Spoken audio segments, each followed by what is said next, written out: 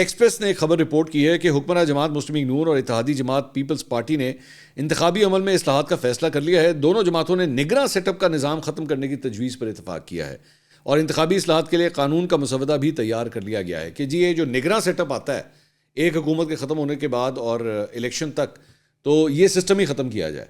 और इसमें ये जो तजवीज़ है उसके अंदर ये है कि जनाब वही प्राइम मिनिस्टर जो पीछे से चलता आ रहा होगा वही कंटिन्यू करे, उसकी कैबिनेट खत्म कर दी जाए। कैबिनेट जो है वो काम नहीं करेगी, लेकिन प्राइम मिनिस्टर जो है वही रहेगा और अगले इलेक्शन तक जो है वही कंटिन्यू करेगा। तो क्योंकि इतनी ज़्यादा प्रॉब्लम्स आ जाती हैं, किसको चूज़ किया जाए, वो उसका इंक्लिनेशन किधर है क्या नहीं है।